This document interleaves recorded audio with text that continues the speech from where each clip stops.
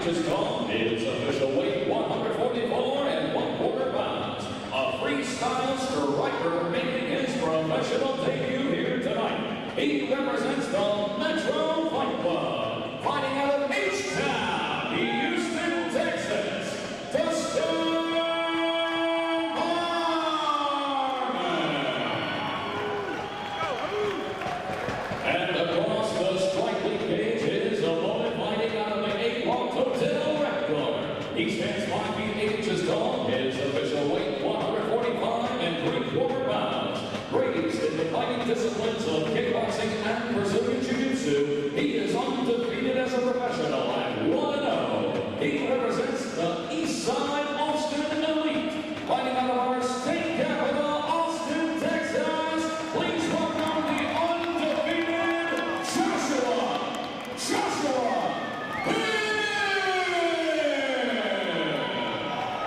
and our referee in charge of the action, Greg Alvarez. Well, there you have it. The official announcements. This is going to be a 145-pound bout. This is going to be a lot of fun to watch. And it is interesting, like you said, Joshua did beat Caballero at the last Strike League. Yep. And we saw how good Caballero looked. So maybe that's an indication of the experience level, the level he's fighting at. Well, we'll see if Parman can handle this experienced professional fighter. Bout 3 is underway. Oh, he clipped him.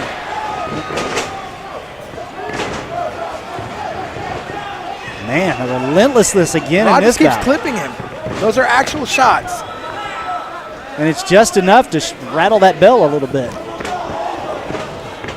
Oh, that's a slip. That's that was a sure. slip. We got a good shot of that slip on the camera. Shouldn't have laughed. That's okay.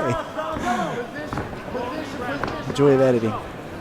There's no editing. We're gonna leave it right there. Okay. We're just it's like that painting guy. We're just gonna leave that right there. We'll leave it. We'll You let see the them. mountains? We're just gonna leave them right there. Put some nice little bushes. You won't even notice them. Work the pass. His legs are open, Josh. Push his legs out. His legs are open. There you go. Working that pass. Come on, Joshua in the black trunks, Dustin in the red. push his legs out, Josh. Push his legs out. Good pass. It doesn't look like he's trying to pass. It just looks like he's trying to find good positioning from where he's at. If he is gonna get out, he's gonna posture up completely. It doesn't look like that's what he wants to do. It doesn't look like he's trying to pass guard. It looks like he's trying to find positioning where he's at while he's in mount. I'm talking about Joshua right now.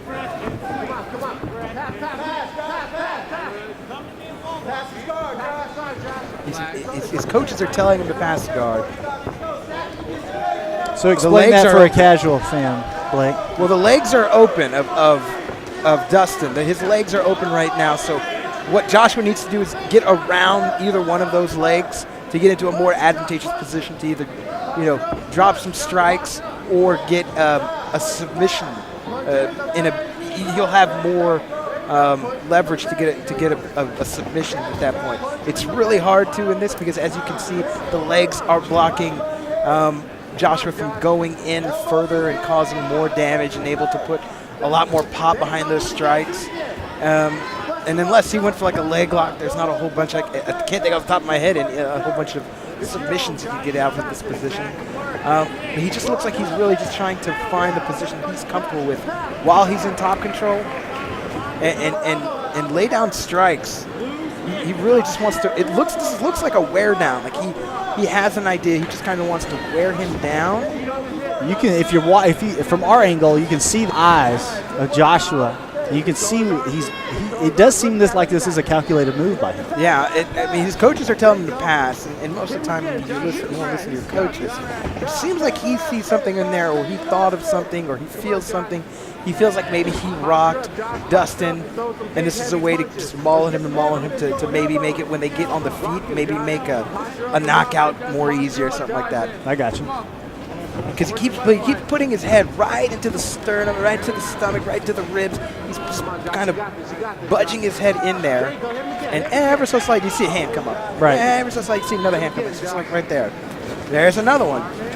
this is something that's what he wants to do. Yeah, apparently so, because he just put him right back on his back. That's just trying to roll out of it. He could get out of this. The guard is open. The guard being, Dustin's legs. His legs are wide open for Joshua to escape out of, roll around, or even go over, step over with either, in this case it's going to be his, his left leg. Yeah, because they're a reverse. Right. But he doesn't want to do that. Elbow, John, elbow. Start short Jones. Short elbow right there, Josh. Body head. Come on, Josh. Scoring all day. Come on, Josh. Let's do this. Pass, Josh. Pass, Josh. There you go. Josh. That's right where you want it. Because it seems like this is how he wants to finish the round, in this position, and maybe hope that Dustin gets tired. Like, that would be my mindset if I was going in, if I was in here right now. Right. Because he's not taking a whole bunch of damage from this position. Not really. You can see, like, there's some elbows that are being thrown by Dustin from the ground. They don't have enough pizzazz behind him to really be doing what I think he wants them to do. They don't feel good, I'm sure, but they're not going to inflict a whole lot of damage. No, not at all. Especially your head's one of the hardest points of your body. And how much energy is Joshua actually conserving being in this position? A lot. I mean, minus his head. His head, Right. his mind is probably thinking a million miles a minute. But outside of that, that's really the most energy he's expending. All right, round one in the books. It started out action-packed, and it ended up on the ground. Still some good action here by both these fighters. Break it down for us, Blake. What do you see in the first round, and who do you give it to? I think you kind of have to give that to. There's not a. You have to be blind not to give it to. Right. Yeah. There's not a way you can't give that to Joshua. Right. He owned it from the first few exchanges, and then, once he got it on the ground, he just stayed in the most advantageous position possible to make sure he got the round by the end of it. And maybe he might have needed a break. Maybe he got clipped a little bit, but we didn't see too much. He was a little wild. Maybe he needed that, and then he gets another break right here, and then he's going to come back in the second round. But he definitely did a strategic play to try and slow the fight down and wear down on Dustin. So Dustin Parman, who's making his professional debut tonight, after that first round, what do you think you need to see from him to turn this around in the next two rounds? Opposite of what we saw the Captain Obvious here. Oh, nice. Almost sweeps him out. That was a nice leg kick. Here it is. Round two's underway, and Justin throwing heavy hands. Open. Joshua throwing some heavy hands. I like whatever that was. Keeping the distance. Oh, what a by nice cross. Using longer strikes. He did like a wheel kick, spinning back kick. You can see the damage on the right eye of Dustin Parman from all the strikes on the back when he's laying on his back. This is what he needs to be careful, though. As he's going in, he keeps getting leg kicked because he keeps pausing because Josh, he stopped, he hesitates, and then that's when Joshua throws the leg kick. I liked what I saw there. He saw Josh Clinton, a little half step back, nice little counter move. Didn't connect, but it was a nice move. Those are the moments of hesitation where he's landing those leg kicks again, just like right there, all over Dustin. Higher action here in the second round. Both these guys on their feet, throwing hands. Dustin needs to find a range where he can get off at this point, whether it's close. Look, as he gets closer, that's his distance, or the far out distance. He seems to find really good distance when it's really far out, when it's really far, and when it's this middle ground, things like this happen. There's a mental aspect to this game as well, and you can see that eye is bothering Dustin. When they're in the pocket, or when there's an exchange where Dustin gets into Joshua's, when he gets to a distance where he thinks Joshua can't touch him, and he hesitates, Joshua then comes with that leg kick. Then he comes with a punch and then a kick. Right. This time he came with the takedown. He kind of changed it up.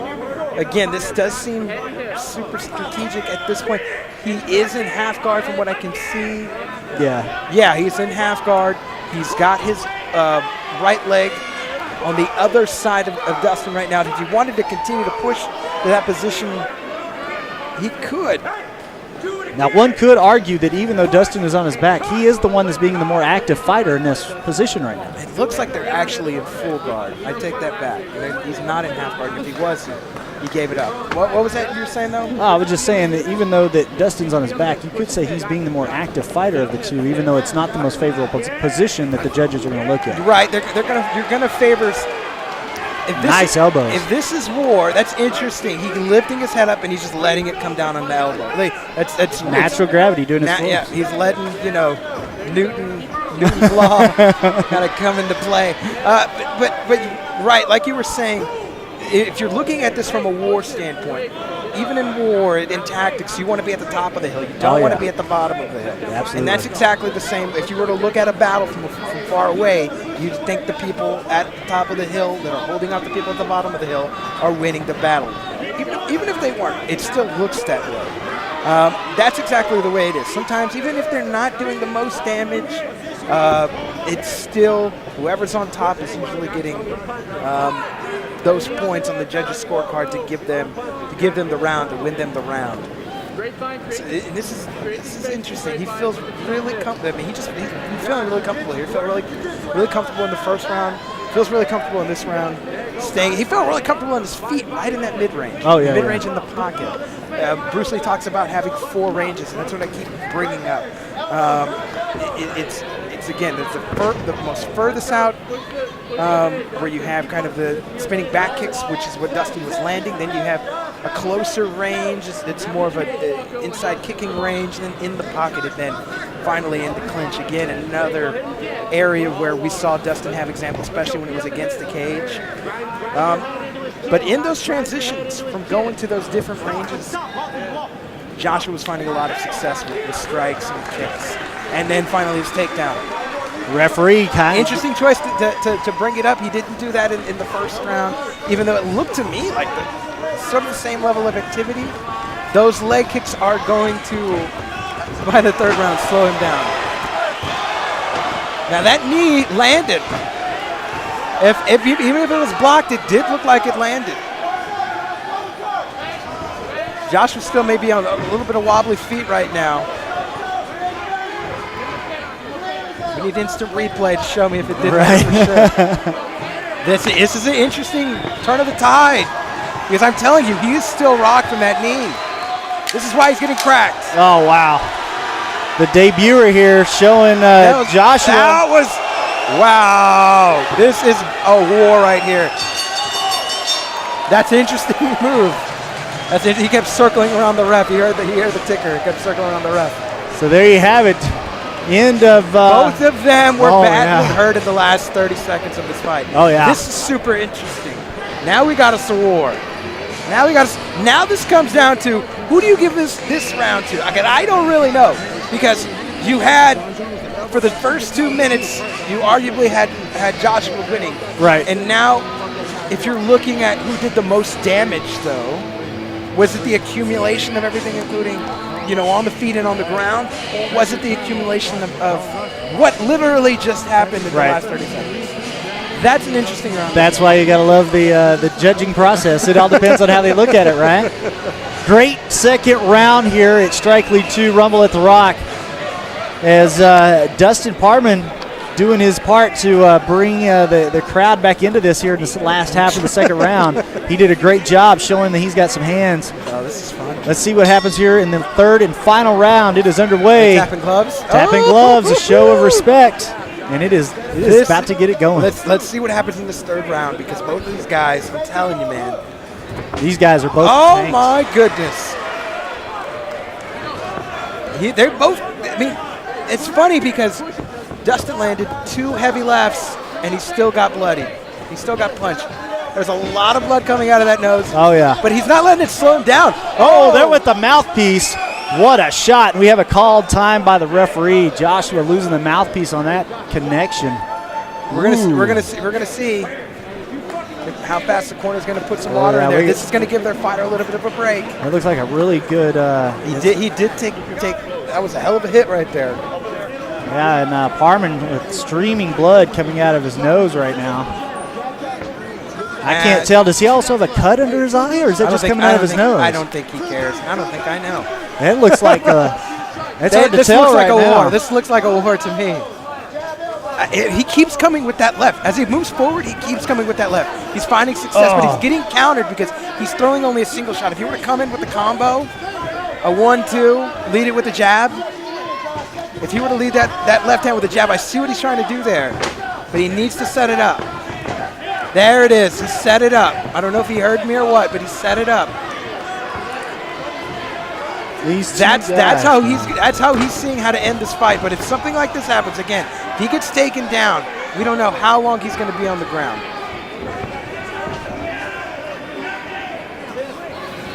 There he goes. There he goes. Joshua, very, like you said earlier, very comfortable in this position. That's where he wants to keep the fight.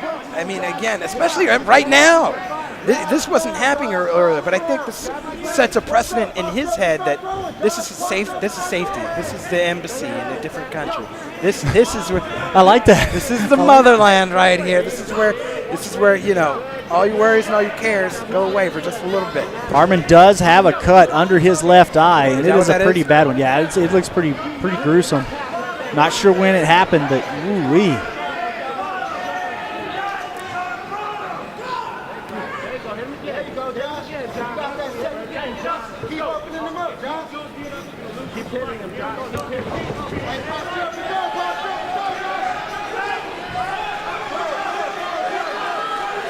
So he keeps going for that double leg. Last time it was single. This time's a double. He's going to pull the legs out from under him. There it went. Oh, wow. What a takedown on him.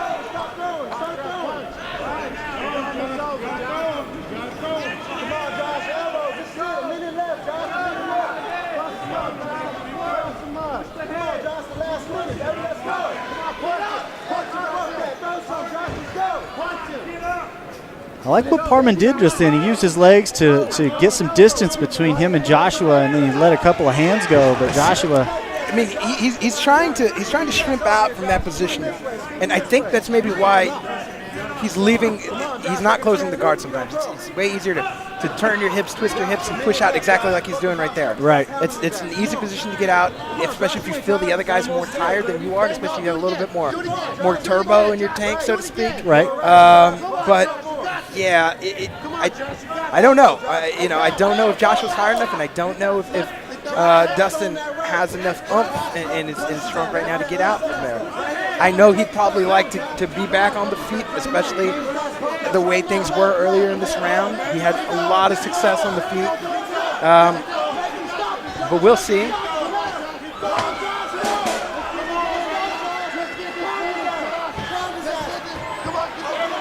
That's interesting. That's the first time we've seen him go for anything more than just staying inside of the guard. He's now in full mount. And again, it's because Dustin was trying to transition out of mount and back to his feet. It's always a risk and reward. And what better a time to do it? You don't have much to lose at this point. Right. Final round. What have you got to make something happen? Second round is up for grabs. We know the first round probably is going to go to Joshua. At this rate, unless something again crazy happens in the last 30 seconds. So, and it's not for lack of trying either from Dustin. No. He came out in this round and legitimately had some good moments. I'm telling you, sometimes when that momentum goes, I'm not blaming it on the mouthpiece falling out, but when there's those little spaces in time, especially when in the cage, and the temperature raises high, and you just let it taper down. Things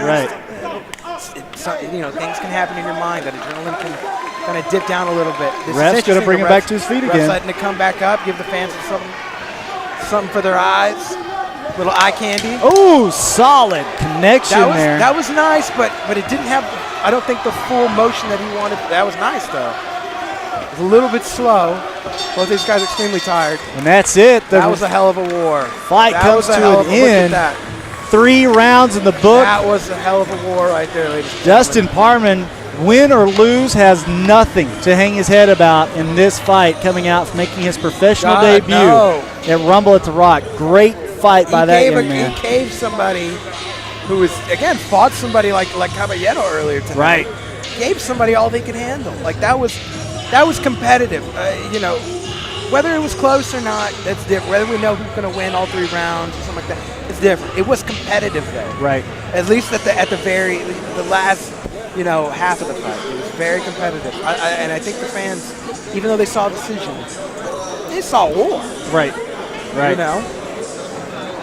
Well, we will wait on the officials to get their scores together. Again, great fight by both these guys. Dustin Parman making his professional debut here at Strike League 2 Rumble at the Rock.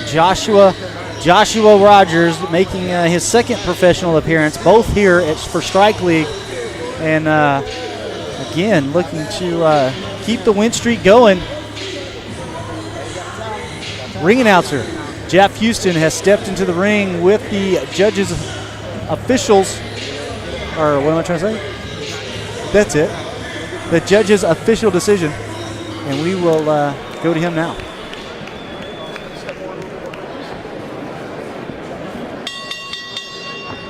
Ladies and gentlemen, before we go to our decision, let's have a round of applause for these two warriors.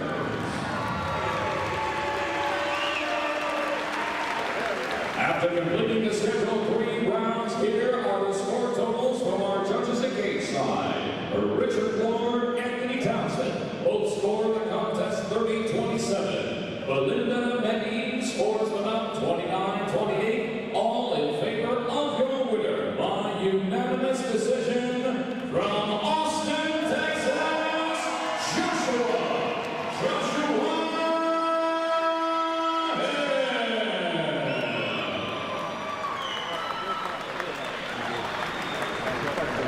Good shit out there, man.